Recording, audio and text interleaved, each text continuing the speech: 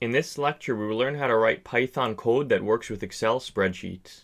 To begin working with Excel spreadsheets using Python code, we need to install the OpenPyXL module. The first step is to download the .xlsx file that is attached to this lecture as a course resource, and click and drag it into the folder that our Python file is located. Then we need to open up the command line or terminal program on our computer and use the cd command to change directories to the folder where our Python file is located. Next, we will install the OpenPyXL module using a pip command. We will type pip install OpenPyXL. When we hit enter, the program will begin installing on our computer. Once that finishes installing, we are ready to open up PyCharm and begin coding. Up at the top of the code, we will import the OpenPyXL module by typing import OpenPyXL.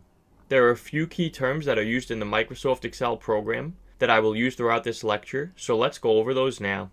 A workbook refers to the .xlsx file, so we could say that you just downloaded the example workbook attached to this lecture as a course resource.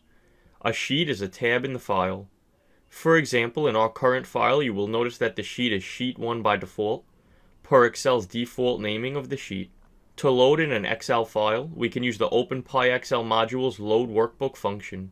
We will create a variable named file and set it equal to a call to openpyxl.loadWorkbook and pass in the name of the file. In this case, our file is named example spreadsheet.xlsx. Let's check to see the type that is currently being held by the file variable.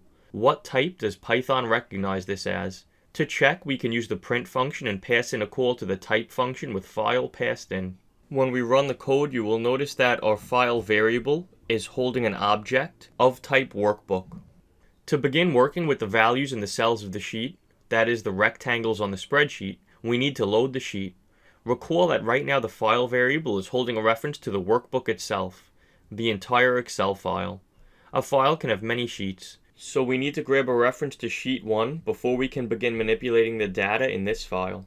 To do this, we will create a variable named sheet and set it equal to file. Then we put square brackets and the sheet name as a string, which in this case is sheet 1. Currently, cell A1 holds the value Rob. Pretend we want to change this value to Robert. To do so, we can type sheet, then square brackets, pass in the string A1, and then set that equal to the string Robert. Before any change is saved to our spreadsheet, we need to call the save function in order to save the change. So we will type file.save and then pass in the file name as a string, which in this case is example spreadsheet.xlsx. If we open up the spreadsheet, you will notice that the cell at A1 now has a value of Robert. Right now, the sheet has a default value of sheet 1. To change this, we can type sheet.title and set it equal to a string with the new title. In this case, we will set it to the string example sheet. When we run the code and open up our file, you will notice that the title of the sheet was changed to example sheet, the name that we specified. Right now, the values in our spreadsheet go from A1 through A5 and B1 through B5. Let's say we want to add a new entry to the spreadsheet, a person with the name Tommy and an age of 30. To do this, we will reference the A6 cell of the sheet and set its value equal to the string Tommy.